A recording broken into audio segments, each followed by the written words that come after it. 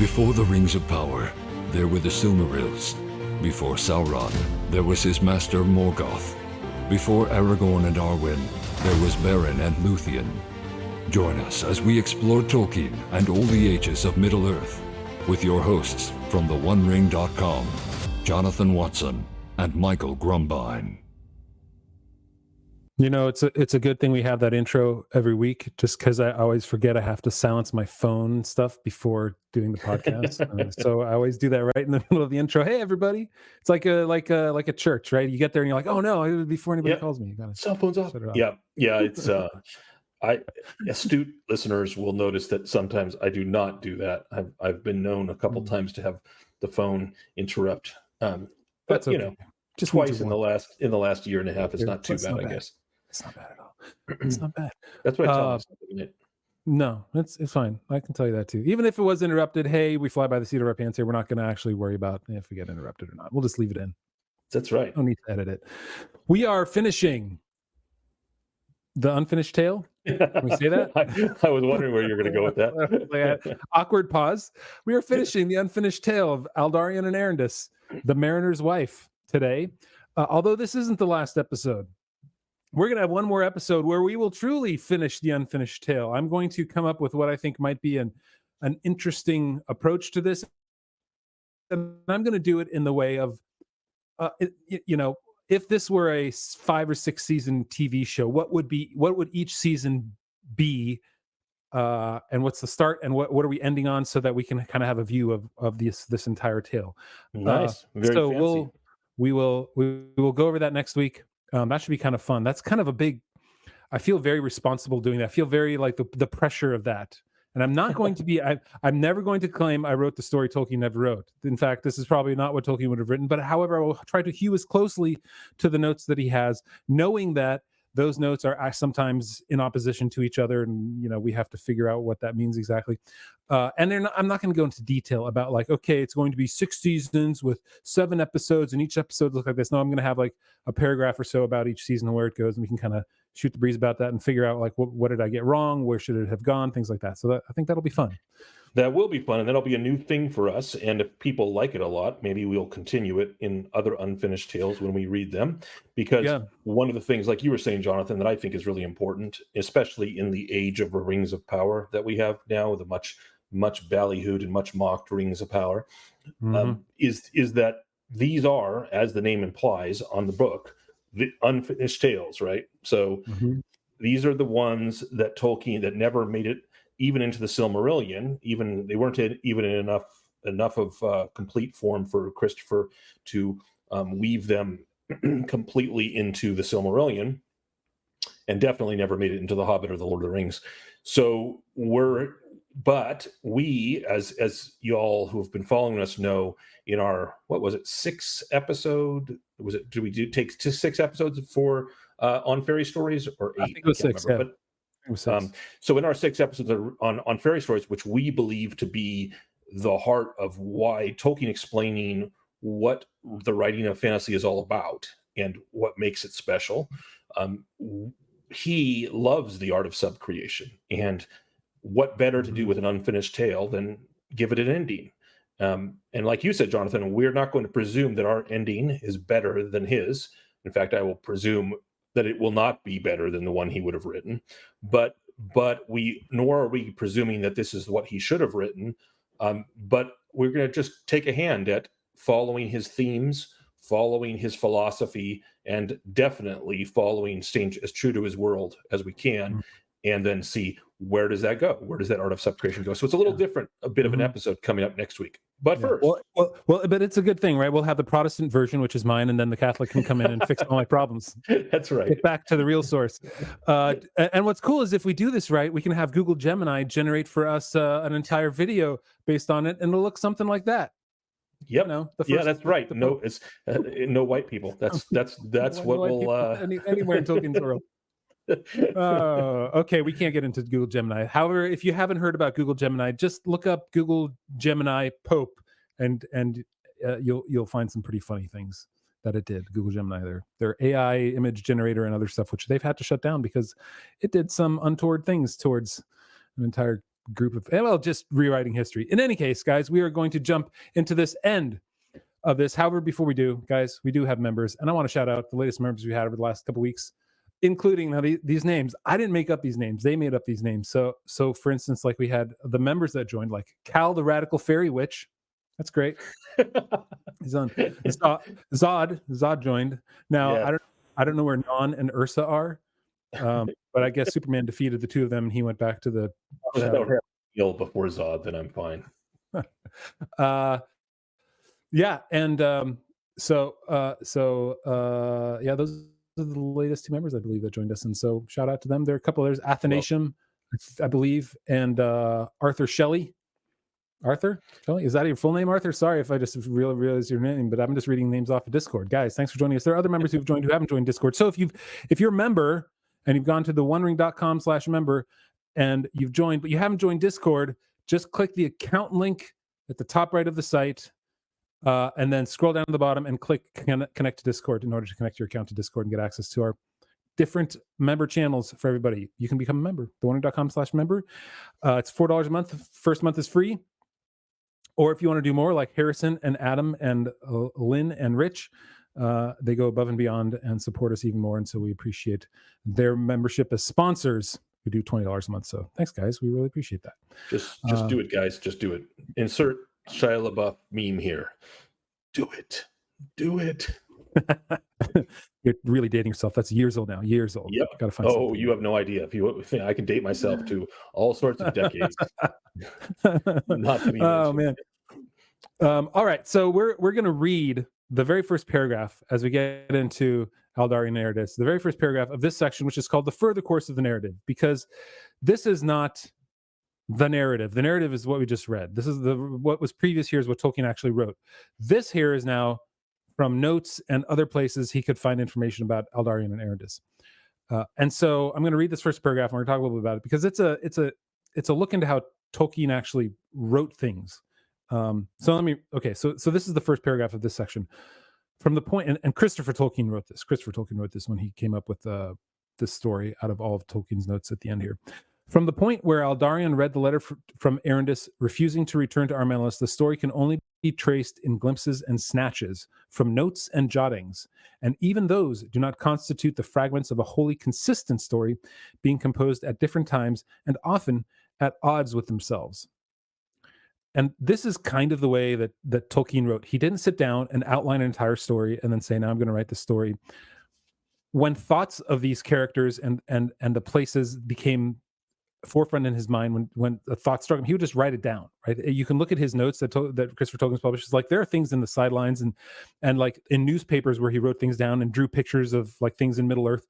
Wherever he was, whatever the muse struck him, that's when he wrote it down. And so these notes and jottings about Aldarion and Erendis, that's why they're at odds with themselves, because sometimes he would think one thing, another time he would think another thing about a certain character. This is why even Galadriel changed over the entire course of the narrative of Middle Earth. Or for instance, dwarves were originally sort of evil characters that worshipped Morgoth and eventually became to what we know them as dwarves, because it kept changing for him. He kept honing the world into the vision that his mind was making for him. So this here is, even like he said, they said it's at odds. And so we're gonna talk about the three main characters of this here: Aldarion, Erendis, and Ancalime, their daughter. Right, and as Jonathan said, because of how fragmentary everything is, we'll just take one character at a time and tell you everything that Tolkien, all the fragments that he wrote about that character. I think we should finish with Ancalime, so maybe start with Aldarion and Erendis, because Ancalime is the result. Like most of the notes in this section are about Ancalime, their daughter, and so and it really is essentially a sins of the father are visited on the generations. That's very true. In this case, the sins of the father and the mother are visited upon their future generations, because their daughter is really a kind of, I hope people don't take this the wrong way, but it's the internet, so they probably will. So I did that right as Jonathan's drinking water, just to see if I could get him to spit it out.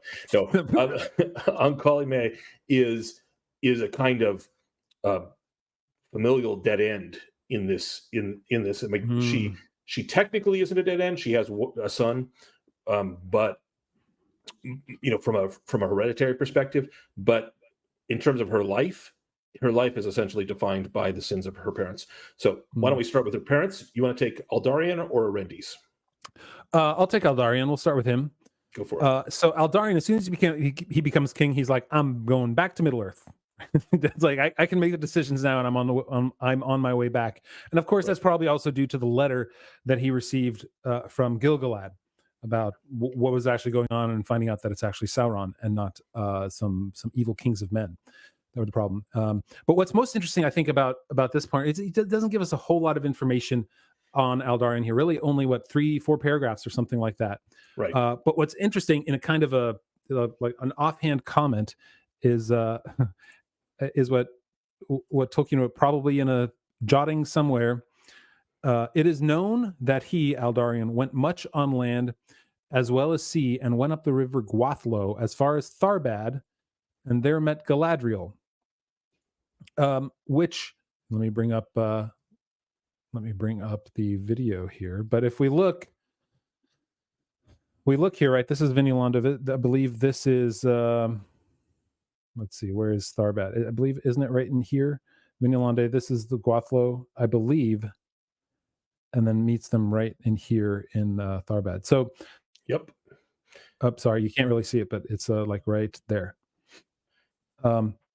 Yeah. So I just love that they met, but he had an idea here, right? That something hit him. He's like, oh, he met Galadriel and Celeborn, and this would be, who knows exactly when, because they didn't give a date, and it could have been in the years. I think Sauron revealed himself, or Sauron went to Mordor in year 1000, I want to say, and his last trip to Middle Earth was in 983 or 985, I think. Right. And so 15 years. But so at this point, right? What does that mean? Does that mean that there might have been some skirmishes with Sauron? Probably, right? Maybe. Why else would he be meeting with Galadriel and Celeborn in Tharbad, where like they were building Ostanethel, the elven stronghold? So I love that, like this one phrase brings a lot of opportunity to a greater story, which we'll talk about next week too. But even though in all this here, right, we have that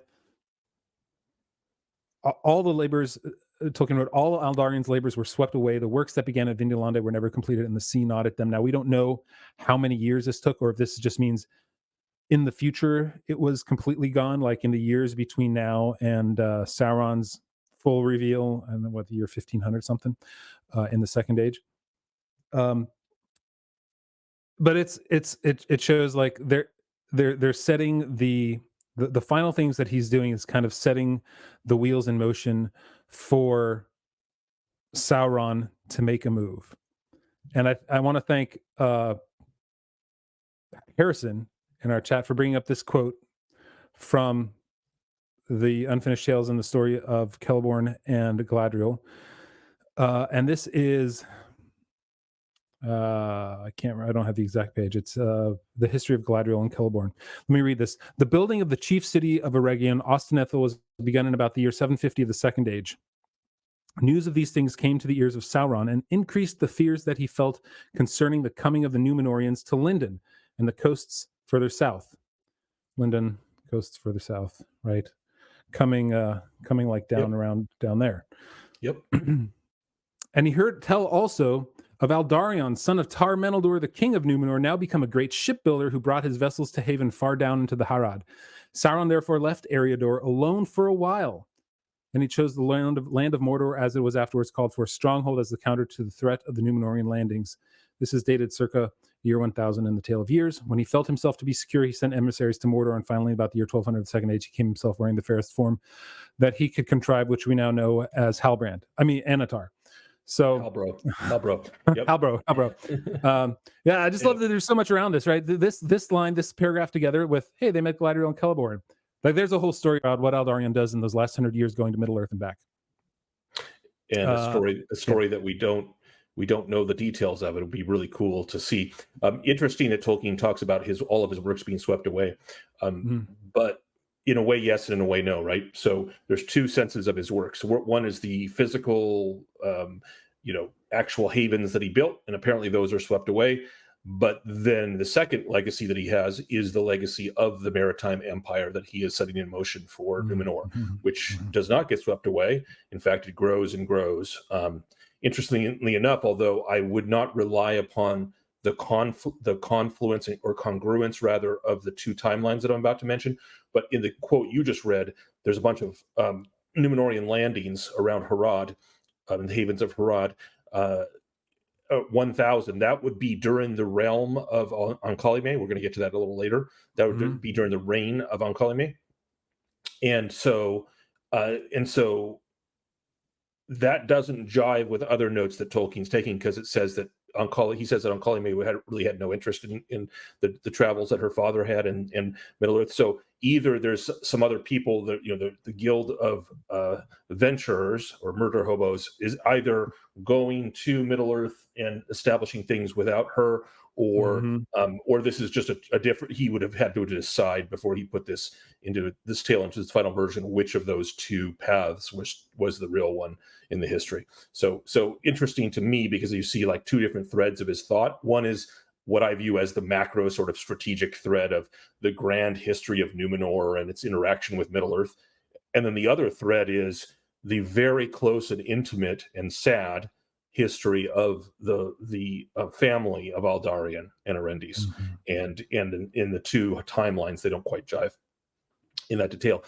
But as you mentioned, there's other places where this happens too. His treatment of Galadriel herself is also has that character in a couple of his different tales, where she is doing different things at the exact same time, depending on which timeline you're following or which unfinished tale you're following.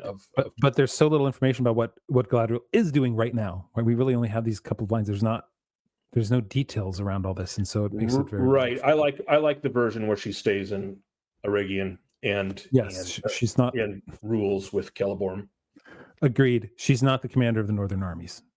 I just every week I have to end up bringing that in. I don't even consider that a version. That's not. It's the line at the end of this one paragraph about Aldarion's labors being swept away is, his venturers remained a small people, admired but little emulated. And that's almost a hint of being like, okay, right now they're small, but eventually this guild of venturers it becomes larger and they become maritime power that they ended up being. But it's that the seeds of discontent were what Aldarion sowed, and from now on, right, they become a far greater power throughout. I mean, probably the greatest power in Middle Earth. Right, and I don't want to. I want to keep hold of the fact that the glory of Numenor by itself is not a bad thing as a bulwark against evil. Gil-galad says that. He talks about how he's going to need the Numenorians, the men. He needs them not just to translate from other races of men and help the elves connect with other men on Middle Earth, but he needs them in the fight against Sauron. And so in that sense, the expansion and the maritime glory that the Numenorians develop is not wholly a corruption. It's not, we see signs of how it is a kind of corruption. For example, this the one thing that you did not mention that or maybe you did not mention it. Did you read about the Oyo Lyre? The fact that I did not. Yeah, the hardest word to pronounce in all of Tolkien's Middle Earth. Yeah, it is recorded that on the prow. This is when he sets out on his journey in 883. It is recorded that on the prow of the Hirelonde he set no bow of Oyo Lyre, but the image of an eagle with golden beak and jeweled eyes, which was the gift of Círdan. It perched there by the craft of its maker, as if poised for flight unerringly to some far mark that it espied. Quote, "This sign shall lead us to our aim," he said. "For our return, let the Valar care, if our deeds do not displease them." So he's shifted from I beseech the Valar through this Oyo Lyre branch to watch over my journey, to the outward part of the journey is my own. It's the eagle. And what's interesting, this is a gift from the elves, right? So it's not a corruption, pure and simple, but it is a shift away from the reliance upon the protection of the Valar to sort of taking your own, going under your own strength, so to speak, and then leaving the care of your return to the Valar. So he's kind of like halfway, like going out as my own, returning as the Valar, and that's a kind of diminishment of their the Númenóreans' relationship to the Valar, and a growth of their own reliance on themselves and the strength of their arms. Yeah. And so it's an interesting, but nevertheless, that strength is needed in Middle Earth. It's no surprise that Círdan was the one who taught him to build ships, and so if Círdan gives him a gift like that eagle, and of course, which harkens in a way to the eagle's manway, and I'm sure that would have been discussed between them. True. He probably sees that Círdan has done more for him than the Valar ever did because of his, honestly, because of his pride. So he's going to put it on his boat. He's going to let that lead him instead. And of course, the Oyo Laire didn't do anything for him the last time he came around. So why trust it anymore? But it's a statement towards, shifting further and further away from it being a protectorate of the Valar. Yep, and that is really interesting that you put it that way. I didn't think of it that way, because that is a sort of kind of superstitious view of Oyo Laire. It's as if the bow itself should have, quote unquote, done something for him and brought the Valar's protection, as opposed to the bow being a sign of whether the Valar were pleased with his work or not, which is a different thing. One is superstitious, and the other is kind of a reflection, where you're kind of looking at the bow as, am I in the Valar's grace? Am I being blessed because what I'm doing is good? Which is another way of looking at it, that he was clearly, maybe not clearly, but at least plausibly not looking at it anymore through that lens. Yeah. So, all right. Yeah. So much for Aldarion. Erendis, we have only a couple notes about. And 2 long paragraphs in her discussion of men. Right. No, yes, exactly. So the first is that basically she continues to do what she's always done, which is hide out in the middle in Emery. I think it's Emerie, actually. I think so too. Yeah, Emerie. So Emerie, I think in the past we've said Emery, but it's Emerie, I believe. So she hides out in Emerie. It's in the center of Númenor, and her daughter is gone to court and developing into a woman. And of her influence, we have one long paragraph, which perhaps I'll read a part of, but essentially what it boils down to is that she taught her daughter Ancalime that men are not to be trusted, and she has a funny analysis of the men of the Númenórean line of Elros. So this is, of course, Elrond's brother that chose a mortal life as a half elf, and she says. Essentially, I'm going to read a few snippets there. She says to her daughter, men in Númenor are half-elves, especially the Hymen. They are neither the one nor the other. The long life that they were granted deceives them, and they dally in the world, children in mind until age finds them. And then many only forsake play out of doors for play in their houses. They turn their play into great matters and great matters into play. And then she reads through about how basically they're just a bunch of, children, essentially. And she says that, and she gives them some, what would sound from the lips of someone else like some compliments. Men should be gay, they hold, generous to the rich, giving away what they do not need. Anger they show only when they become aware suddenly that there are other wills in the world besides their own. So she turns what could be a compliment, that they're joyful, they're generous, and they don't show anger. And then she turns it into an insult where, then they only get angry when they're aware that other wills in the world besides their own.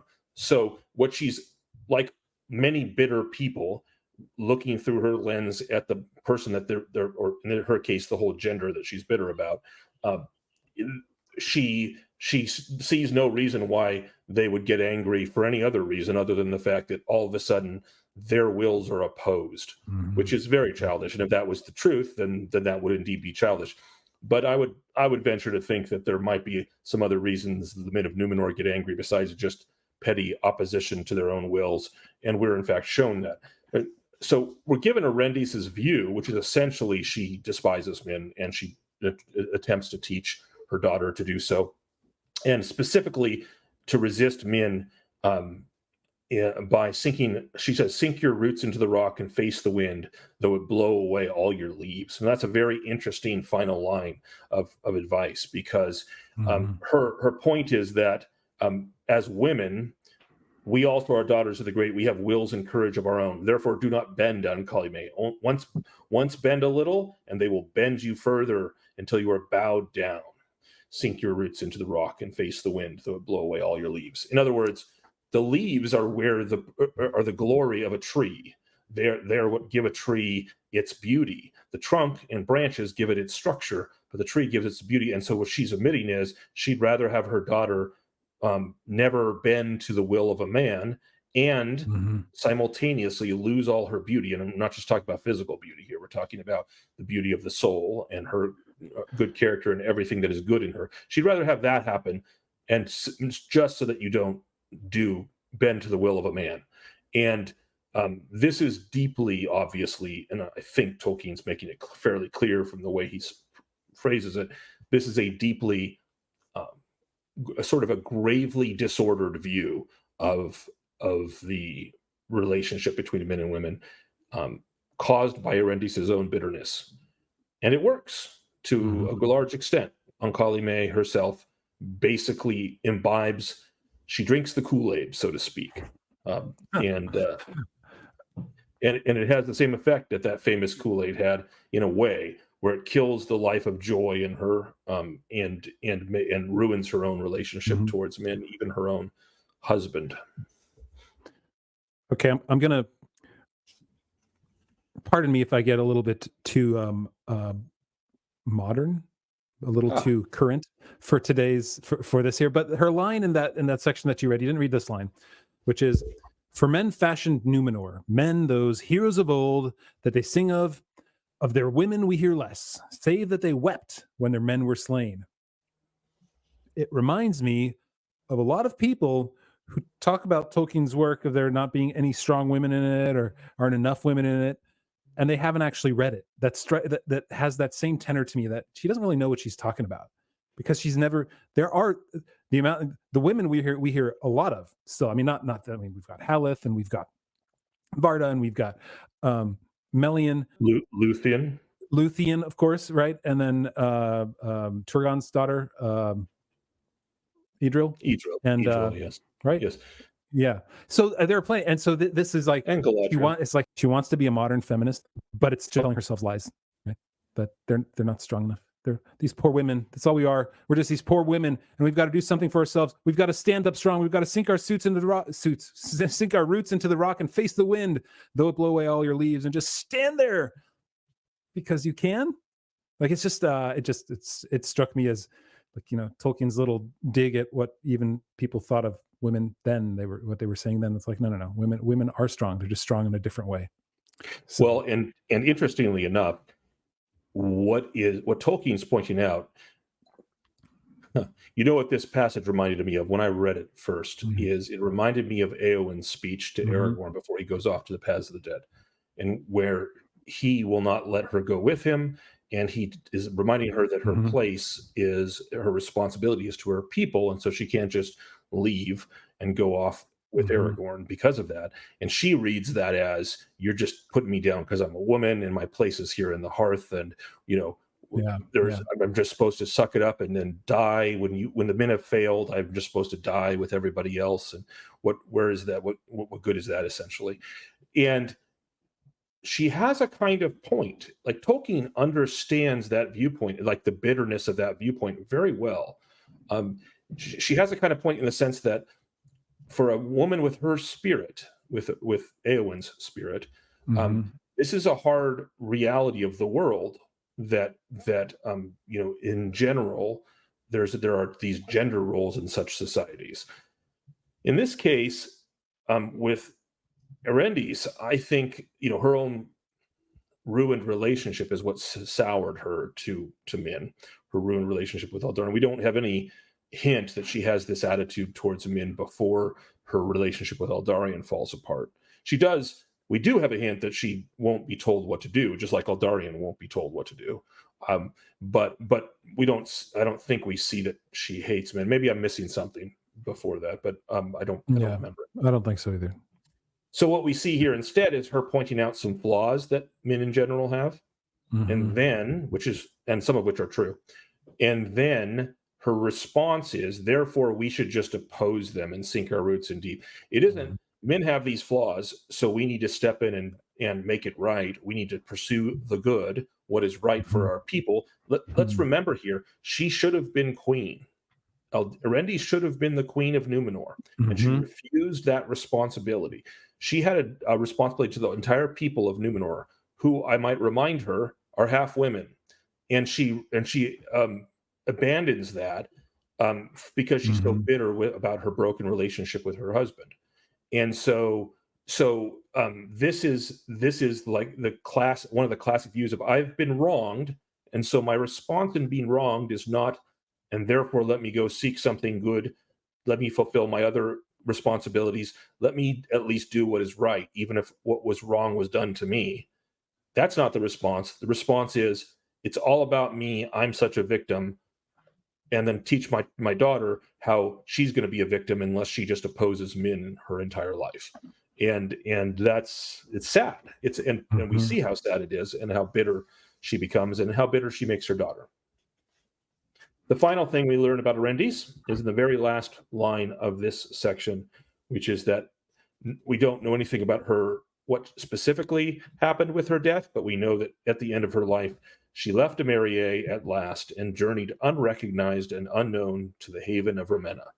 There it seemed she met her fate, but only the words, quote, Erendis perished in the water in the year 985, close quote, remain to suggest how it came to pass.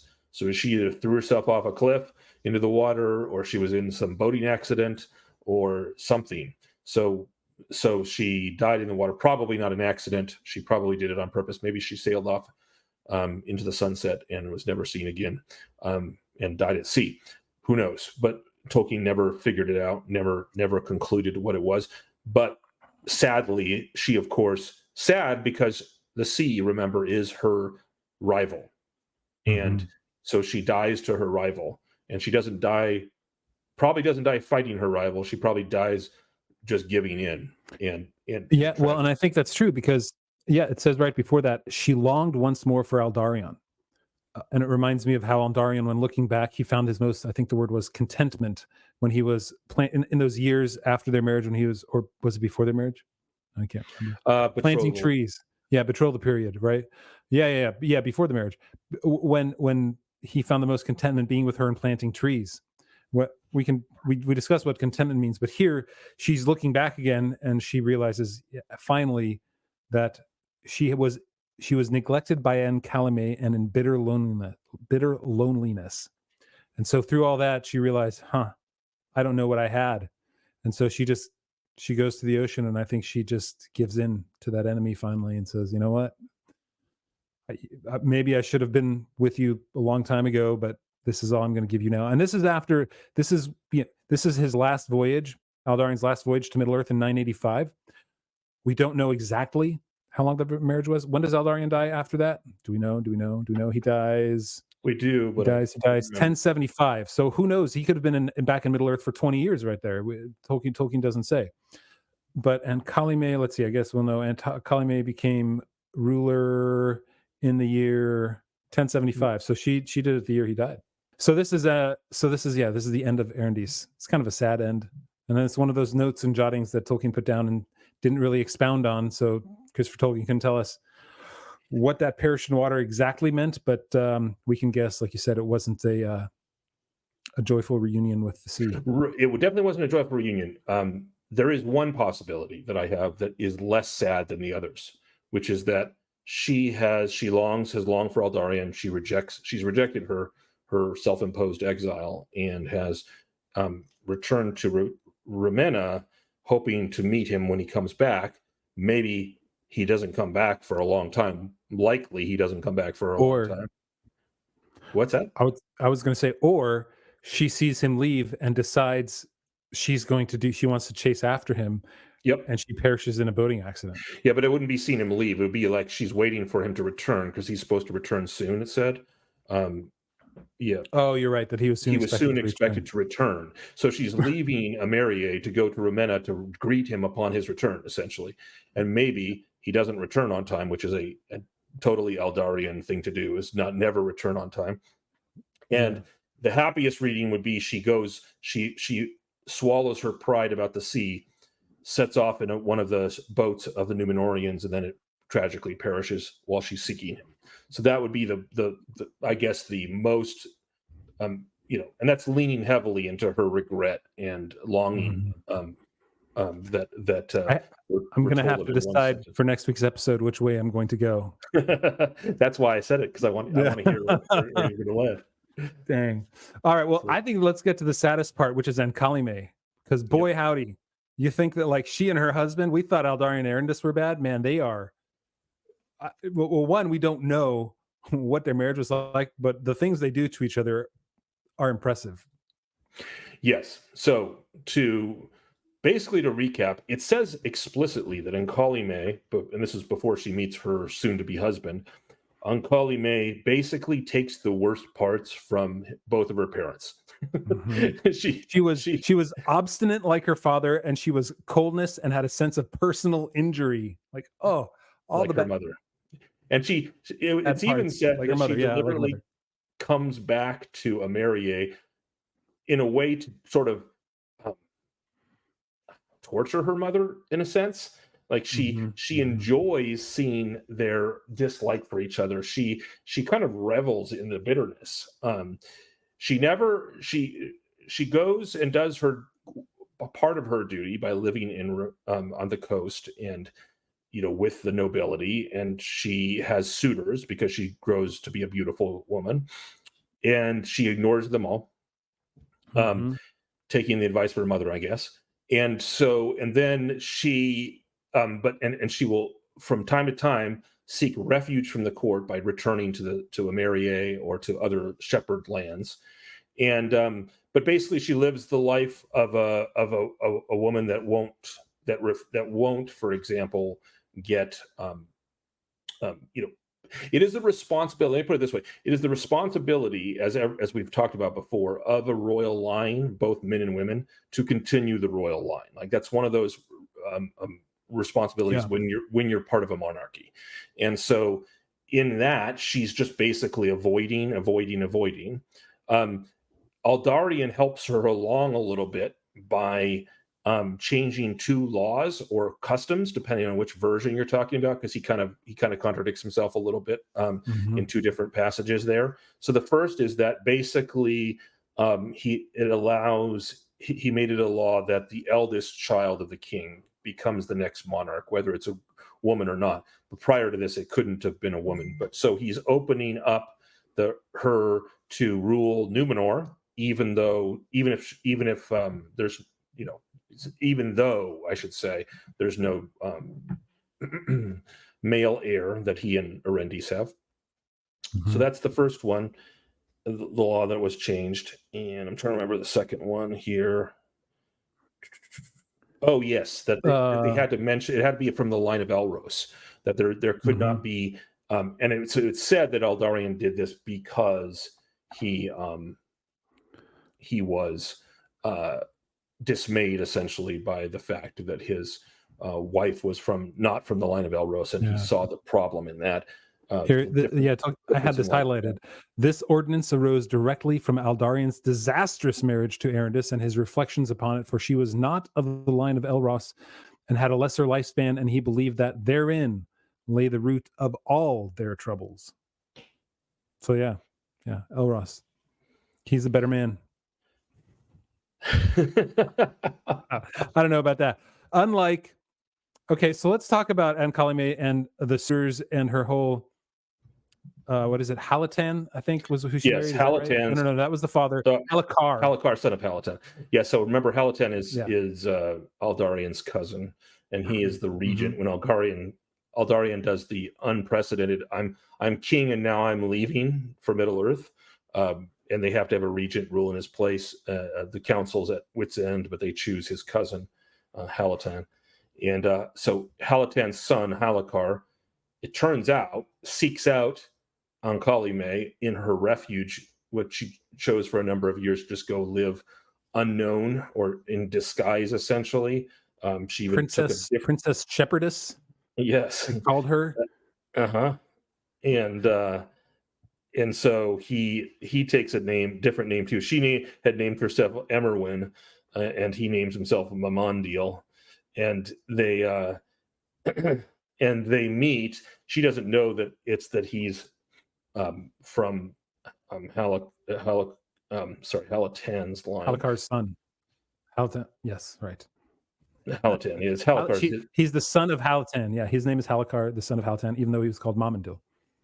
Right. So he basically woos her without revealing who he really is, and then she when she finds out, and then he declares his love for her, and when she finds out, she rebuffs him at first, and then there's a bunch of sort of different versions of how they end up getting married, but most of them involve her being spiteful, and so there's just this reality here where essentially most of the motivation that she has from here on out has much to do with hate and spite, hatred and spite and dislike. I mean, she basically, her story, the end of her story becomes one of bitterness, and she lives out her life essentially in opposition to her husband. They have one son that she begrudges him, and then she lives out her life in opposition.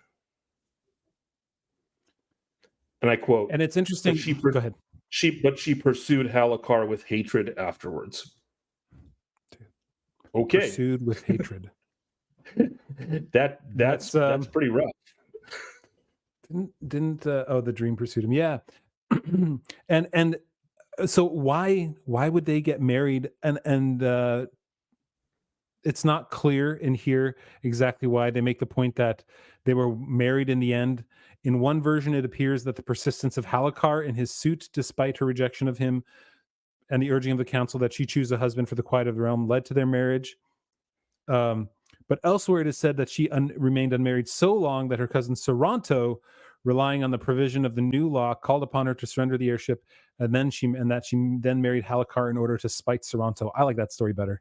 That seems more in line with her. Is that she's making her own decision about when she's going to marry because she's so spiteful, and so her whole marriage is a motion of spite as well, just to spite Saranto. So the damage that she can do to him by not giving him, because Saranto would have been I believe he was the next in line after her, right?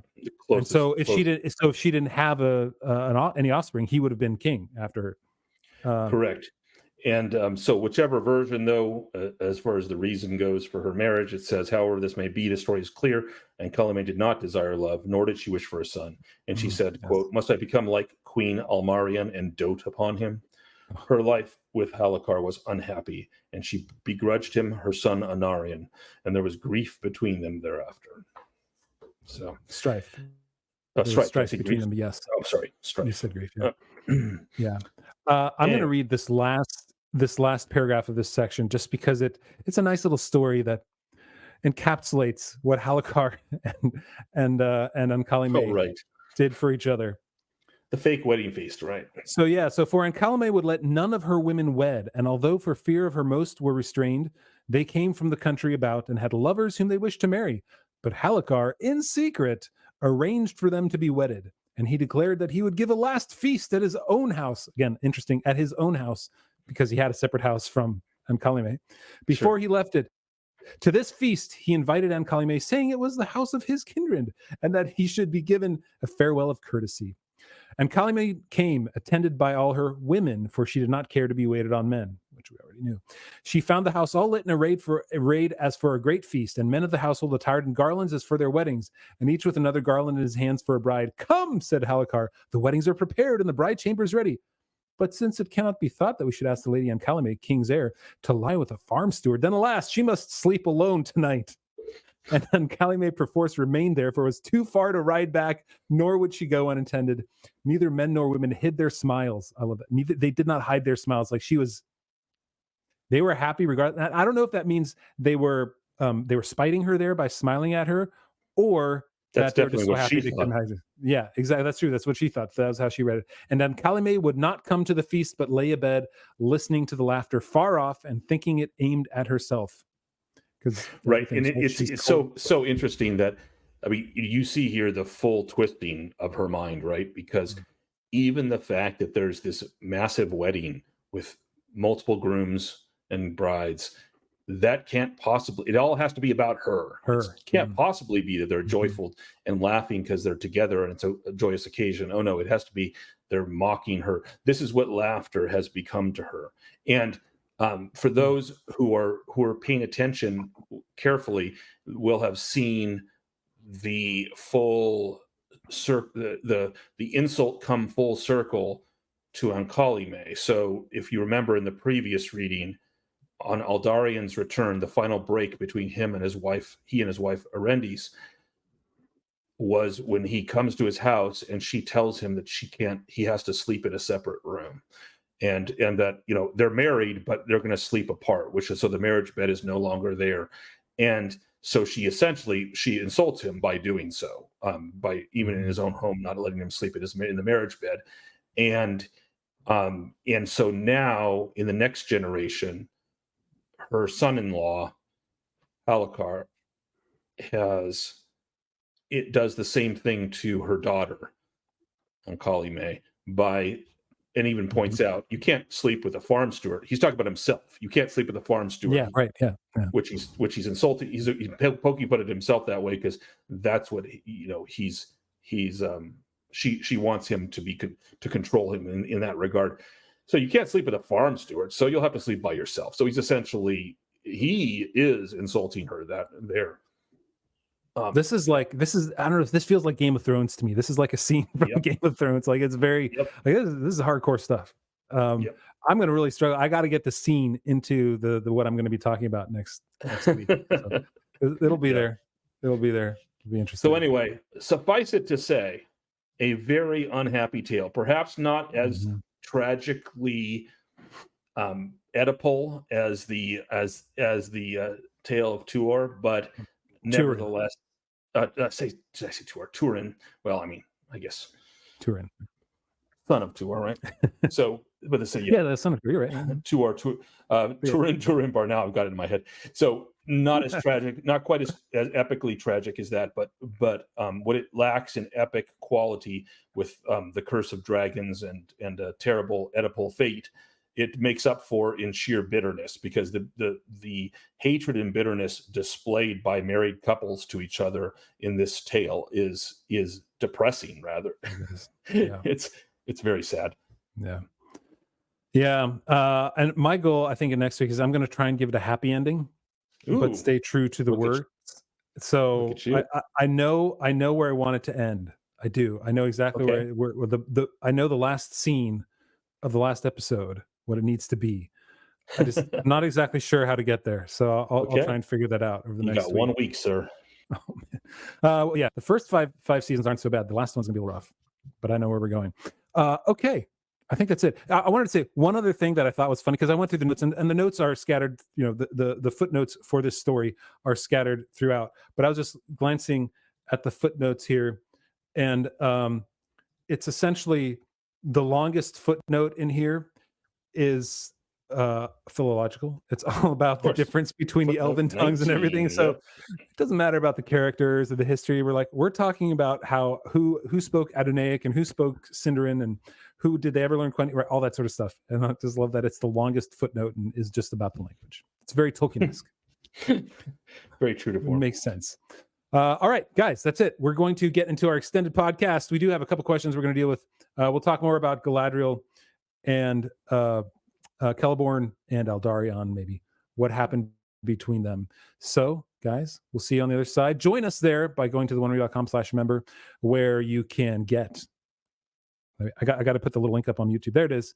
Theonery.com/member, where you can get the extended podcast. You get it in your podcast app, and you can get it in YouTube. And okay. So let me ask this. I don't think I'm going to get any feedback on this, but I don't want to use Patreon for memberships, because I don't like putting revenue and putting like the future of this podcast in the hands of another company. That's why it's all done through the websites. And since my day job is building websites, I've been doing it for 25 years. I can do that, right?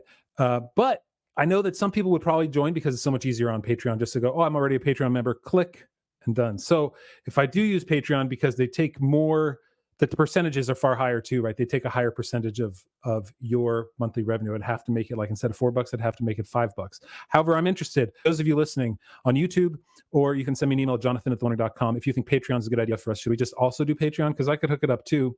I could hook up into Discord and make it all work so that everybody can get in, just make it a little easier for people to join. I could try that. But then again, I don't want to put my hands in the hands of Patreon, because it's not, I'd rather be in control. Anyway, that's for all you guys, very Aldarion and Erendis of you, being in control. I just don't trust these companies that can shut people down for saying something they don't like.